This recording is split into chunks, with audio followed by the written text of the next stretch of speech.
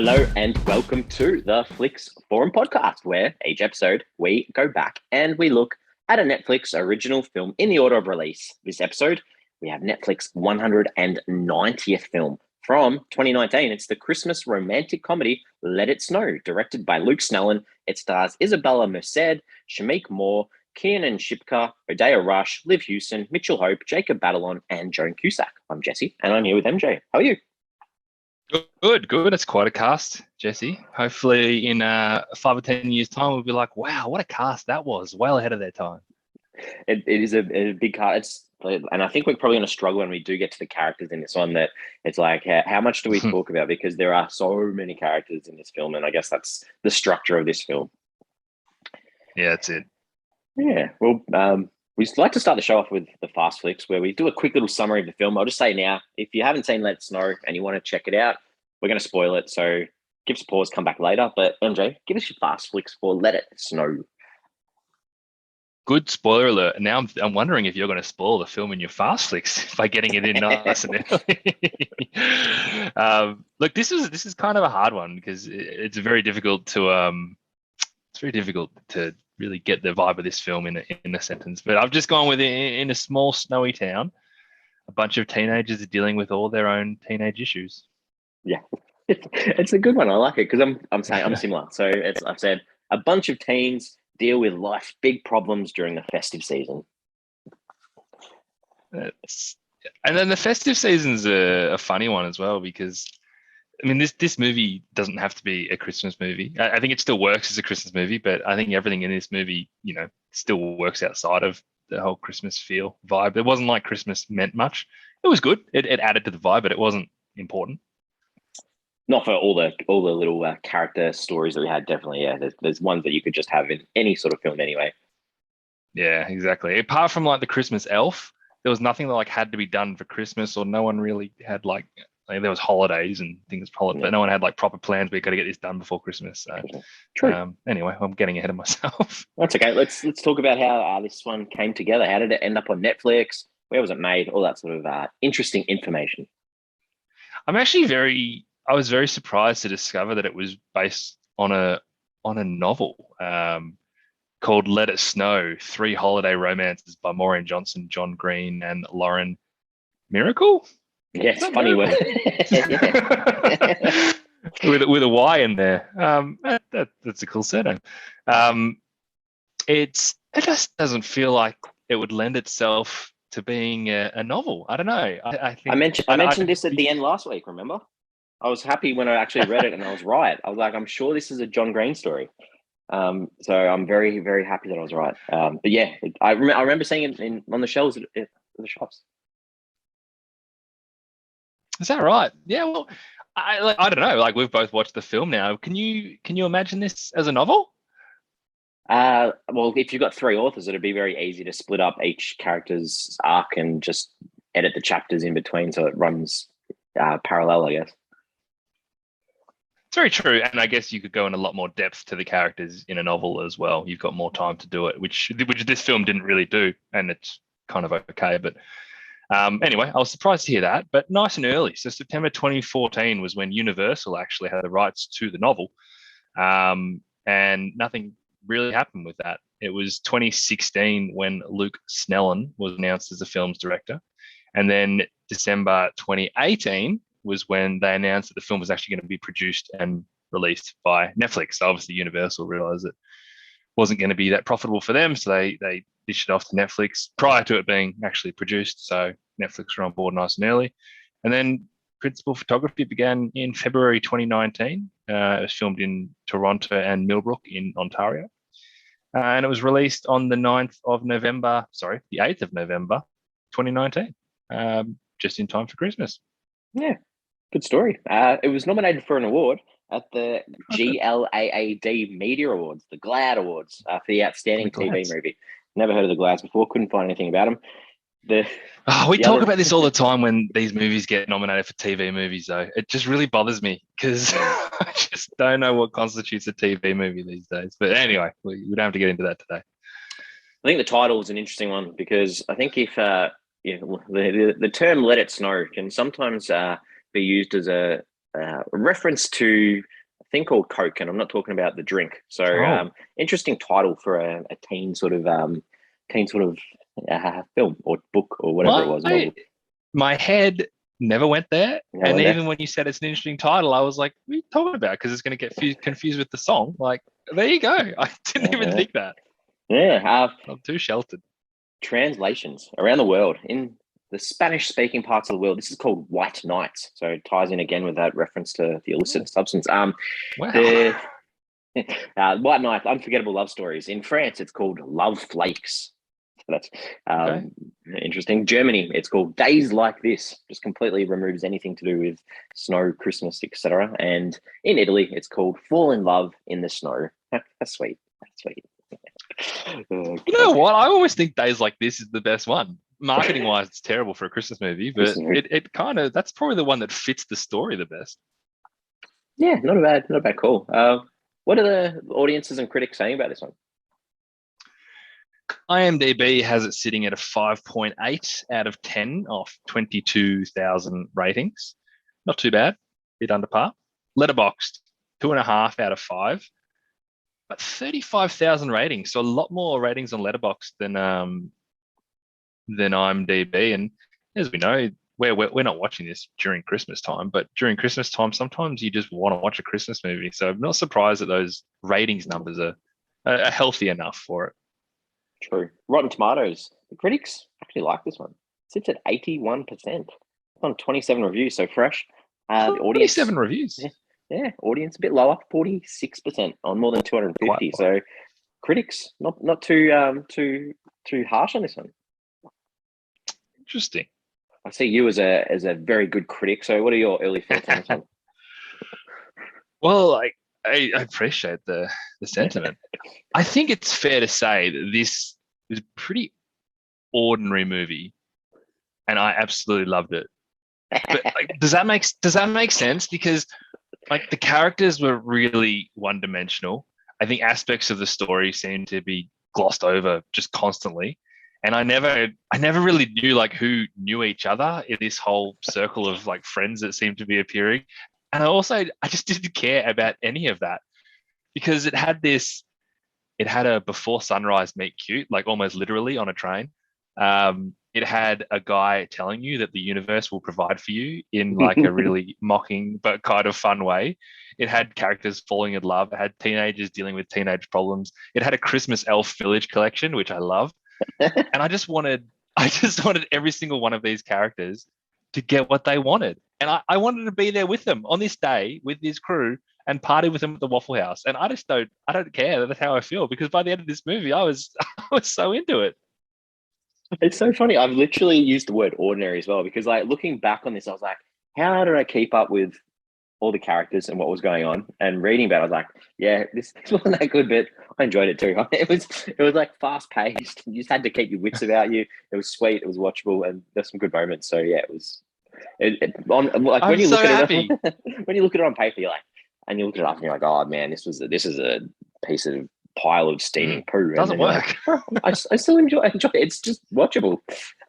Yeah, it is. And as I said, with the characters having no depth, and we're about to talk about characters, it almost felt easier to follow them, because I kind of knew everyone's little story. Everyone's little story was never that important, but I knew every time when Addie, Odeya Rush's character, would come, I'm like, okay, so she's the one who's got the boyfriend who's not talking to her, and she's also fighting with her friend. I was always across everything that happened, and I didn't need the depth of character. It would have been nice, maybe it would have been better, but for what this movie was, to sit there and watch it, it was fine. Yeah, and looking at these characters, when I went on Wikipedia, I'm like, what's on Wikipedia is a one-line sentence for each one, and that's literally most of that's all you can really say about them. It's just like you said, the little parts you need to know about them, and that's it. Oh, you just needed to know what they were doing in that 24 hours. Yeah, true. All right, well, how are we going to attack them? We need to make sure we don't waste too much time on this. How do we attack these characters?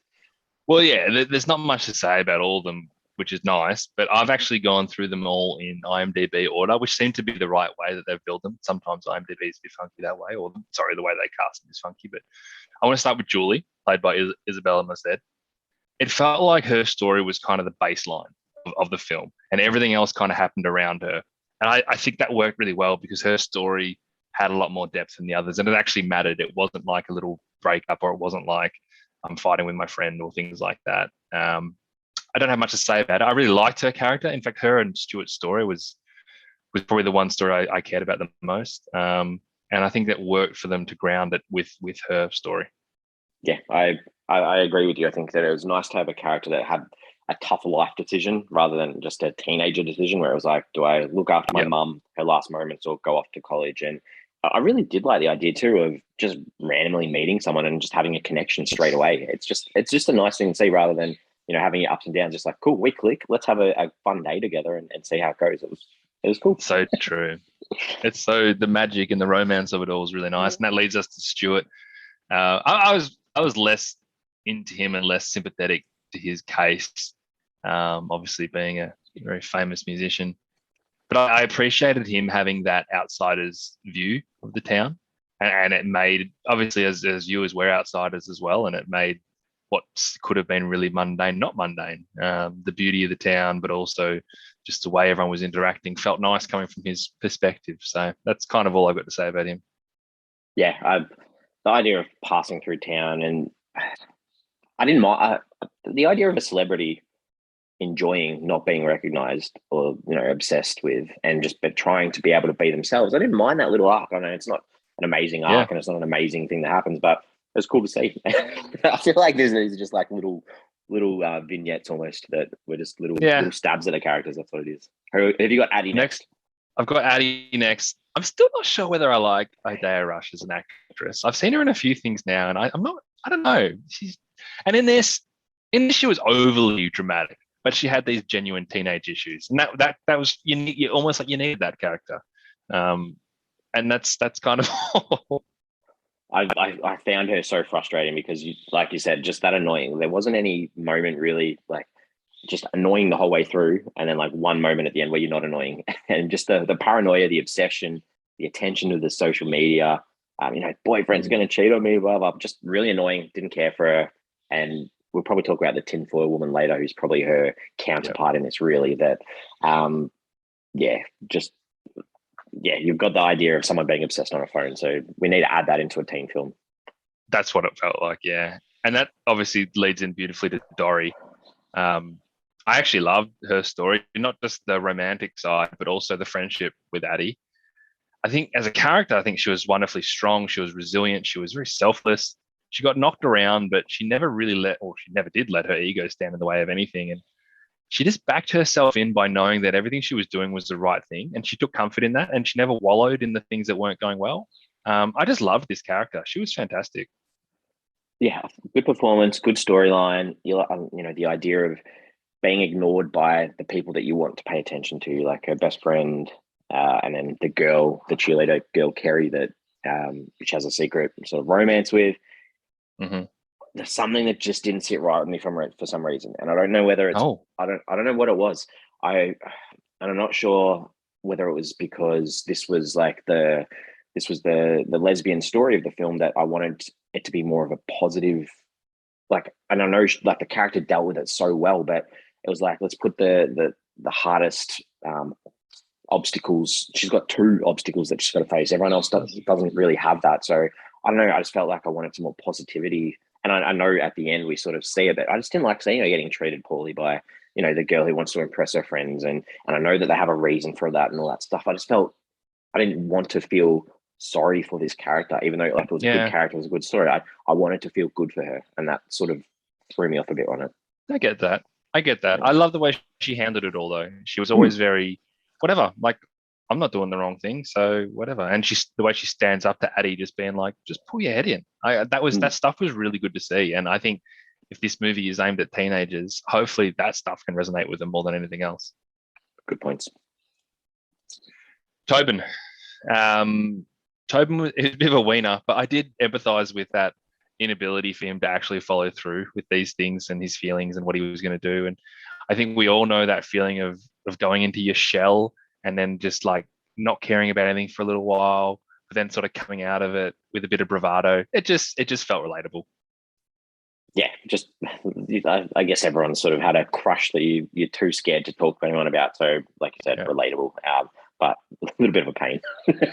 Yeah, I know. And then Angie is his crush. I thought she was really fun. I loved her spark that she brought. I really enjoy the storyline of friends becoming lovers thing. It just never really sits well with me. It never really works. But actually, this one did. This one felt right. Like, I guess because when we first met them, I'm like, oh, these two are dating. And it wasn't like a, hey, we're friends. Oh, by the way, we love each other. Like, it just felt like they were just inevitable, and it worked for me. It's a bit like, I think that this was probably the story that had the least attention almost, and I didn't feel like, apart from knowing that Angie's called the Duke because she's been one of the boys, it was like I didn't really know much else. Didn't know much else about it, and she's like, from me looking at this cast, she's like the one that I recognize from Sabrina and things like. She was in Sabrina, yeah. She's like, I recognized her from shows, so. I don't know. I just probably expect, and posters that I've seen had her face like dead bang in the middle. I just expected that to be the main story. Anyway, keep moving. Yeah, no, it wasn't a big one. Quickly on Keon, I definitely felt like he was just more of a vehicle for progressing the story. I don't think we ever really cared about his plight or what he wanted to do, but he kind of had to have the party and run the party, and that was all. Yeah, he literally, it's like this. He plays the same character that he plays in Spider-Man. That he's just worried about impressing people. I don't even think he learnt anything in this film. Like, from what I gather, he just wanted to impress people, have a party, and get booze. And he doesn't have an arc at all. Yeah, probably one of my least favorite characters. Anyway. Yeah. Tinfoil Woman. Look, I think it was worked well because she's obviously not as crazy on the inside as she appeared on the outside. And in fact, many of the characters cared way too much about what people thought of them or how they were perceived. So it felt really prominent that the only real adult character in this film represented the exact opposite and what they wanted people to know and learn. Yeah, I agree with you. I think the idea, you needed someone to sort of push that idea that, you don't care what people think about you. It's just like that sounding board, I guess, for most of the characters. And the one thing I like, at least give us a reason as to why she was wearing the tinfoil hat. I know people don't care what she's like, but I wanted to know. I wanted to know why you dressed like that. I actually kind of appreciated that they didn't. I thought, firstly, because I just couldn't think of a reason why it would be good. But it was almost like, no, everyone's still got their own secrets. Everyone's got their own reasons, and it doesn't matter. True. I wanted to talk about JP. Oh, yeah, go. That athletic sort of older dude that sort of got that sexy vibe that Duke, we think that, she's into through the eyes of, what was his name again? Tobin. But Tobin. I 100% thought that he was interested in Tobin the whole way through. Oh. 100%. I was like, this is so obvious that he's going to be into Tobin. And I was just like, and at the end, I think he ended up with, sorry, not Tobin. Was it Tobin? Yeah, Tobin. Tobin. Yeah. I 100%, like in the car scenes, he's like looking at him like really like into it. And he's like, has he got a girlfriend? He was asking things like that. And I was like, oh, they're setting this up. But I think in the end, at the party at the end, he's with a girl when they finish with Addie, I think. Yeah, with Addie. Yeah, I was like, oh. Yeah. Anyway, that was just I just was crazy. I didn't pick up on that, but yeah, you're right. It is there. Yeah, rewatch it because like literally there was so much straight up. I'm like, oh, they're going to get together. I didn't expect him to end up with with Duke. Oh god. Yeah. Good driving, T-Bird. All right, let's keep going. Director Luke Snellin. Anything you found out about him? Not really. I think this is his first feature. Done a few TV shows as a director. Wanderlust is a movie, is a TV show I've heard of, but no, I don't know much about it. Yeah, just I think a Netflix show called Feel Good as well. Directed a few episodes, so maybe Netflix have kept him on from this. But yeah, it's not much at all. All right, let's talk about some scenes. Yeah. What are some scenes in this one that you enjoyed? Scenes that I enjoyed. Well, the first one I want to say, and in fact, do you know when this movie ended, one of the first things I did was like, hey Google, can you play Whole of the Moon for me? I really liked that first scene on the organ when they sung Whole of the Moon. Terrible singing, but very sweet scene because it sort of showed their connection, but then also showed the conflict that he had in his head and how he sort of had that little dummy spirit. I thought it was really good. A lot of the other stuff that I had was to do with some lines that I liked. I love the line that Dory said to Addie, stop caring about people who don't care about you. Obviously, it's great advice, but really, really hard thing to say to one of your friends. And she just did it in the right way, where she's like, "Look, I've had enough of your drama. This is your problem. I'm going to tell you this. You can storm off and go mull over it." And it was really good. Such great advice. Loved it. Stuart, when he first left Julie in the house, when his publicist came or whatever, and there's a bit of like, "Oh, come with me," and his sort of thing was, she was sort of like, "This was just a day that we had. You go back on your tour. I stay in this town," and that's kind of the real glass half empty view of it, when they've sort of been like just rolling with the magic of it for a whole day, and the ability for them to just go, "No, sorry, this is all it was. It's all over." It kind of stuck with me, and I thought it was pretty strong. So that actually leads in nicely to the next scene, Julie talking to her mum. And again, it's just a line that I like. Your life is to be lived, not to be put in a neat container to be controlled. When life gives you something special, you take it.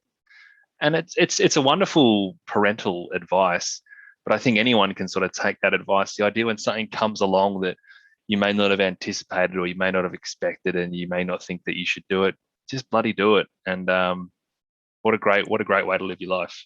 Yeah, I had that as well. Just that discussion in the bedroom. It was just a nice moment. So I literally had the same line: when something special is offered, you take it. So good. Yeah, go for it. And then the last scene I've got is Tobin and Angie confessing their love. I think I cared about their story a little bit more than you did. And then they played The Whole of the Moon in the background. And after he was sort of talking about being jealous of JP, how he sort of said, "Can we still hang out with JP? I really like that guy." I don't know. Those guys were cute. They were such a cute couple. So maybe there was a lot of like going on. Something going on with him. Maybe he wants to he just wants to keep him close. Yeah, you can call. Yeah, I don't have a lot. I thought the bleeding nipple running gag of Tobin, I thought that was really funny. I just like just your nipple's bleeding. That was good. Obviously that scene that we spoke about, and then the last one, the mid-credit scene at the party, that would have taken a lot of time and effort to put together. It was like this one take shot, checking in where all the characters were, and the camera just moving around the diner or the Waffle House or whatever it was. Thought that was cool. So I appreciated the technical side of it. Yeah. Is there anything in here that you didn't like? There's actually only one scene, Jesse, and it was the fight scene at the start with Dory and Addie, when they had the fight in the car, when they disagreed about the tinfoil lady, and they got kind of personal. Addie got kind of personal and then never apologized. It just, I know we're like, Addie was kind of in this headspace at the moment that wasn't great, but I was all fine with them having a fight. I just wish there was a better reason for them to have that fight. It felt very forced, like, oh crap, we need them to fight. And it just wasn't a good enough reason for me. I probably will lead. This is a bit out of order now, but I think the fight between Julie and Stuart, like, that was sort of the same. It was like, we just need them to have a fight so that we can have a nice moment where they make up. I don't think he deserved those accusations that she was thrown at him. But they resolved that during the fight. Like that was like true. They fought and then they kept, and I appreciated that because you knew they were going to have something, but it was like just a good heated conversation. Yeah. I don't know, like putting the publicist in that house was almost enough to throw her off a little bit rather than having to have a crack at him. You could have just thrown the publicist in. She's horrible. He's going, okay, maybe I'm at a spot that I didn't need to be with him. I don't know. I just felt off. But yeah, I agree. And you really didn't need that line of like, oh, this is what he does. He like goes to town, finds girls. Makes people fall in love with him. Yeah. That didn't affect anything that Julie did. And that she'd already had that little fight. So that line actually just was a bit of a character dig at Stuart that didn't feel true. Yeah, exactly. What else forgot? The sledding scene with Stuart and Julie. Like, you say this in Christmas movies. I think we saw it in like one of the Christmas Princes, where they're out on the sleds and stuff.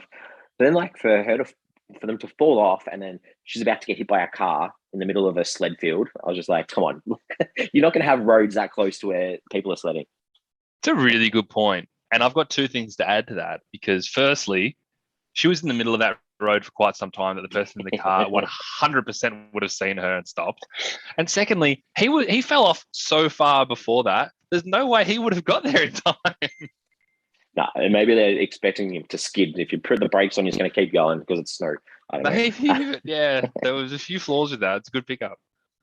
Last thing I'm going to add in a few of the music scenes just sort of where Tobin gets on the organ.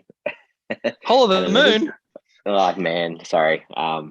Nah, didn't do it for me. And the same with when they go to Julie's house and dance with her mum and her grandpa Mick Jagger. with the Mick Jagger song. I was like, yeah, it doesn't really add anything. Just a bit corny. And I was like, a bit cringy. Oh yeah, there was cringe in this movie, Jesse. Let's not pretend there wasn't. I just thought I picked the most cringy ones. But let's talk about what's this movie trying to say. What are some themes or some ideas? Yeah, look, there's some nice stuff here, and a lot of it is literal. I've talked about some of the quotes that I like that are explaining the main themes that they want you to take out of the film. But the idea of being who you are, and the tinfoil woman really represents this nicely. But not worrying about what the world thinks, and stop caring about the people who don't care about you, but recognize that people do care about you, and they're the ones that matter. Really nice things, especially for teenagers to understand, because you do go through that phase of your life where you kind of feel like the world's against you. You're not, the people that do care about you aren't important because you've kind of already got them locked up. It's like, yeah, I know mum and dad love me. I know my best friends love me, but this person's so cool. I want to be with them. And it's like, well, that person don't give two shits about you. So that's a really nice message to take out. And the idea of making those decisions for yourself, like stop making decisions that you think will make other people happy or impress other people. Just do it for you. Again, another literal one. Your life is there to be lived. If you've got in this case, you've got a sick mum, she might be sick for 5-10 years, and you're just putting her life on hold. And I thought it was really a sensitive way for the mum to handle that. And above all, that ties it all together is the teenage world is complicated. And I like that. Let's not shy away from the fact that some of these things sound like petty issues, but in their world at that time, they are the big issues. And I think that's important to know. Yeah, nice. So the same sort of ideas, like the responsibilities, taking challenges in your life, letting go of expectations, and a little bit too through that idea of Stuart with the idea of being a celebrity too, fame, fortune. Is that what people really want in life? And the teen issues that you've spoken about too, like romance, relationships, friendships, fear of coming out, technology. How much do you use it? Do you overuse it? You're not being connected to the real world if you're constantly on your phone. And finally, the idea of snow. We got this very blatantly in our voiceover at the start and at the end. It's snow is beautiful, but it can hide the things that are right in front of you. It's a bit like everything else in this movie that if a house gets covered in snow, you don't know that house is there. What's going on? Is there a nice family? Is there a pet? Anyway, that's it. Obscurity. I like that. I like it a lot. What did you take away from this film? On a very personal level, this film further emphasized something that I already thought I knew about movies, but I just think that small town stories always seem to get me. I'm a real sucker for a small town story. I think teenage stories kind of always get me as well. It's a time of my life that I still remember very, very well and enjoy. And I think a good teenage movie really does resonate with me strongly. But then you put them together at Christmas time, and I love a Christmas movie. Like, it's hard to go wrong. This is the trifecta for me, and I didn't watch this at Christmas time. So, this movie was just right up my alley, and the sooner I realized and lent into that, the better. Good. Yeah, I just sort of took it from, it's sometimes, this could have been a complete and utter disaster with the amount of stories that you're following, and depending on where they cut and edit, the stories like leading into each other. So, realistically, at the end, that everyone that was important in this film, apart from the tinfoil woman who got her own little segment right at the end of the credits anyway, was in that Waffle House. So, credit to them for getting everything, even though it wasn't necessarily the best way of doing it. They did end up getting everyone together, which can be a hard thing to do. And she was dropping them off at the Waffle House, so she was kind of still involved. Was involved, exactly. All right, did you go onto IMDb to look anyone up? I did for Julie, Isabela Merced. Instant Family. She's in Instant Family with Mark Wahlberg and Rose Byrne. And as soon as I saw it, I was like, bang, of course, you're the older daughter there. So that was a satisfying one. I didn't jump on, so all good. Any questions that you'd like to ask? I have not got a question for you, and I always try and make a point of thinking of a question for you, but nothing came to me, so I apologize. There's nothing I want to ask you. I got two little ones. So underage drinking. There's a big emphasis on this. Getting booze for the party. That's where a lot of the characters key on, and the other dudes off trying to get it from the bad twin brothers. It's not shown as like a negative thing though, so it's almost like glamorizing it, saying teenagers need booze to have a good time. I don't know. Well, these guys have finished high school, and I just forget that in America you can't drink till you're 21. Yeah, because in Australia that's completely fine. So I didn't even pick up on it. But I mean, I just wonder how much culturally it's just the norm that 18-year-olds are drinking at parties. Yeah. But I mean, and realistically, when you think about it, an 18, 19, 20-year-old's not really going to be watching this film. This film is more for your 14, 15, 16-year-olds when you think about it. Anyway. 32-year-old men. But... Yeah, 32-year-old middle-aged blokes. And then the other part that sort of leads into this, like, Keon, he got caught by his parents organising this huge party. No consequences. The dude literally just, you can go to work and have the party there instead. He did that. He would have had his consequence, but he got called in for a shift. So, and he wouldn't have had was it Christmas Eve? Either way, he wasn't going to have a very fun day the next day. Okay, fair. All right. I think we're going to put this one all together, come up with our final thoughts and give it a rating out of 5. What are your final thoughts for Let It Snow? Yeah, I think it took me a little bit of time during the watch, but I started to slowly discover that I was kind of into everything about this movie. And when I recognized that the movie itself was still really deeply flawed, and then I understood, but it still got to me. So I was just ignoring the fact that things that didn't work well didn't matter, and it drew me into the magic, and it made me want to be part of it. And as I said, if I had have actually watched this at Christmas time, I might have melted even further. But I am very comfortable giving this 3.5 stars. Nice, very good. Yeah, I haven't felt this in a while. I think like maybe this isn't the sort of film that's probably supposed to be analysed and talked about for 45 minutes either. It's sort of, I think you probably just meant to sit back, enjoy the story, enjoy the performances, enjoy the Christmas feel. It's not the best movie of all time. Enjoyable. I probably, middle of winter, cold night, open fire, sitting with a blanket on you, hot cup of with marshmallows and cocoa, and it'd be nice. I'm giving it a 3. I'll see you next week. This sounds great. Gives a 3.25. So good job. I'm glad we both. That's a good score. Good score for it. We are on socials. We've got Twitter, Facebook, and Instagram. Question for anyone following us: is this like the teen version of Love Actually? Oh, hello. Yeah, on a much smaller scale. Yeah, it sort of does similar things. Good. That was it. I like that. All right, we will be back next week. We have another 2019 film. We're getting towards the end of 2019. Where are we? November. So we've probably only got 50 to go before we hit 2020. The film for next week from 2019 is the psychological thriller called Earthquake Bird.